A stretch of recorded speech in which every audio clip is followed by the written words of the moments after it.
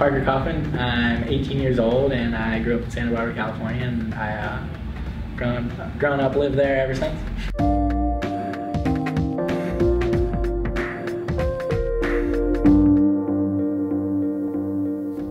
My home break's Rincon, even though it doesn't break that often.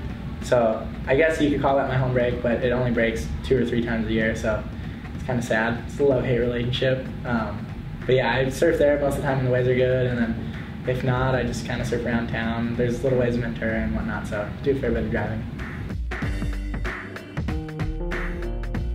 Ooh. Rincon on its best day, it's kind of always got that magic California glow to it, and you can definitely see a lot of people. It's a really crowded wave, but yeah, it's got this really cool green afternoon kind of glow to it, and then kind of goes into sunset and gets real orange, and it's really fun. I mean, having an older brother always, pushed you and stuff, and I was never the one that would wake up early and go surf or whatever, so he was always the one doing that to me. But yeah, once he got his license, it was super easy. He kind of would drag me along everywhere, but we had a really close group of friends actually that were quite a bit older than us, so they would always pick us up from school and take us, and we got to surf a lot thanks to them, so yeah, they helped us out a lot.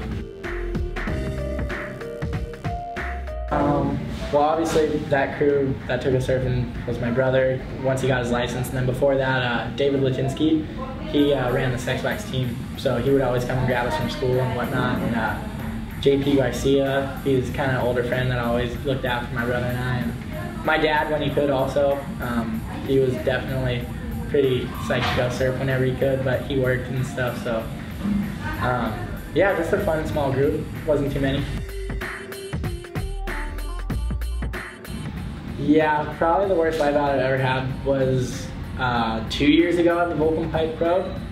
I was so nervous, first of all. It was huge, and then it was just, I had gotten the wild card, so it was kind of, I wanted to obviously try and do my best, and it was so big, and I just fell from the top of a big, scary wave, and kind of hit the water super hard and just got the wind knocked out of me a little bit, and then, I don't know, I was so freaked out and just panicked, and came out, my board was broken, had to do the swim, and by the time I got to the sand, I was just so tired and so dead, so that was probably my worst one. In the world? In the world? My favorite wave probably in the world's Cloud Break, I guess. That wave. I don't know if it's just the whole vibe of the island being right there and how nice the people are or whatever, but kind of just the dream wave. It's a little bit of everything, I guess you'd say. It's can be really big and really scary, but then at the same time it can be really small and really playful and just fun. And it's a left and I like one left, so that's probably my favorite. Yeah. But yeah, these are my new shoes. They're a Holiday 14 collaboration with Etnies and the Corby shoe. And yeah, they're a little fancy. Kind of got the shine going on right now, but I'm excited to be wearing them, and I'm excited for people to hopefully like them. So, dope.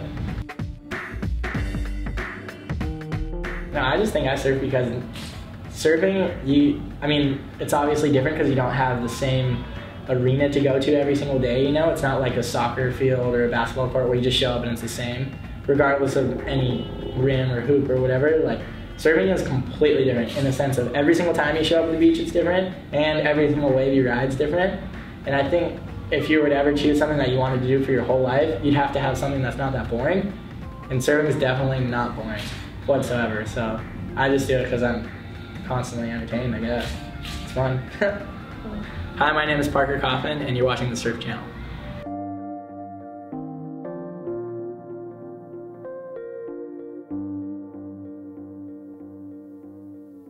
I couldn't have done this without all my support, my parents and my auntie, my uncle, and all my sponsors.